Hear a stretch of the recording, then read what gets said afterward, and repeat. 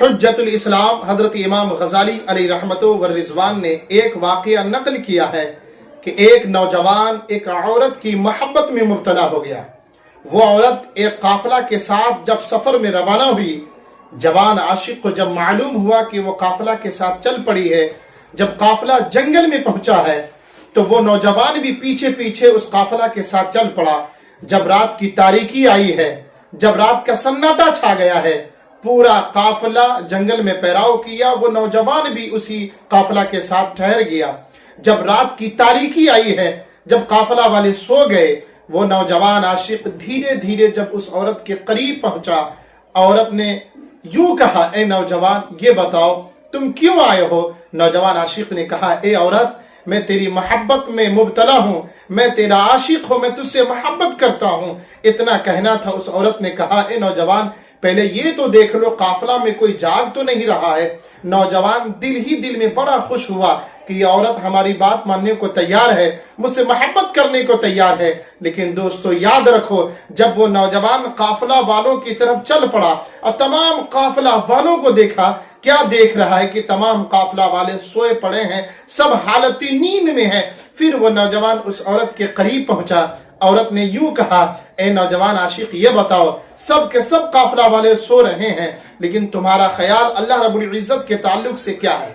اس نوجوان عاشق نے کہا، اے عورت ساری دنیا سو جائے، پوری دنیا ہمیں یا تمہیں اس تاریک رات میں دیکھے یا نہ دیکھے، اللہ رب العزت ہمیں اور تمہیں دیکھ رہا ہے۔ اتنا کہنا تھا، جب اس کے نوجوان کے دل پہ یہ بات لگی، چوٹ لگی، وہ نوجوان اسی وقت فوراً توبہ کیا، اپنے گھر کی طرف روانہ ہوا۔ روایتوں میں آتا ہے کہ جب اس شخص کا انتقال ہو گیا، کسی نے خواب میں دیکھا تو پوچھا کہ تمہارے حالات کیسے ہیں، تمہارا حال کیا ہے؟ اس نوجوان عاشق نے کہا کہ میں ایک گناہ کو میں نے چھوڑا ہے، اللہ رب العزت نے مجھے ایک گناہ چھوڑنے کے سبب اللہ رب العزت نے میرے سارے گناہوں کو معاف کر دیا۔ تو دوستو ہمیں اور آپ کو چاہیے کہ ہم اور آپ ہم گناہوں سے توبہ کریں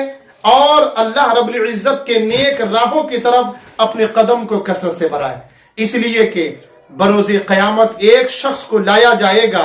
اور جب اس کے اعمال تولے جائیں گے تو برائیوں کا پلڑا بھاری ہوگا۔ چنانچہ جب اسے جہنم میں ڈالا جائے گا، حکم ملے گا کہ اس وقت کی اس کی پلکوں کا ایک بال اللہ تبارک و تعالیٰ کی بارگاہ میں عرض کرے گا۔ جب اس بندے کو جہنم میں ڈالنے کا حکم دیا جائے گا تو جو پلک کے جو بال ہوتے ہیں وہ رب قدیر کی بارگاہ میں عرض یوں کرے گا، اے مولا تیرے محبوب مصطفیٰ جان رحمت صلی اللہ تعالی علیہ وسلم نے ارشاد فرمایا تھا کہ جو اللہ رب العزت کے خوف سے جو آنکھیں روتی ہے، اللہ تبارک و تعالیٰ اس بندے کو جہنم میں نہیں ڈالتا۔ اس پلکوں کے بال یوں کہیں گے، مولا یہی وہ بندہ تھا، ایک وقت ایسا بھی تھا کہ تیرے خوف سے یہ بندہ رویا تھا۔ تو اس پلک کے بال کے وجہ سے اللہ رب العزت اپنی نوری مخلوق فرشتوں کو حکم دے گا، اے فرشتوں اسے چھوڑ دو، اسے جہنم میں نہ لے جاؤ، اسے کامیابی کی سند دے دو، اس لیے کہ میرے خوف سے اس نے ایک بار رویا تھا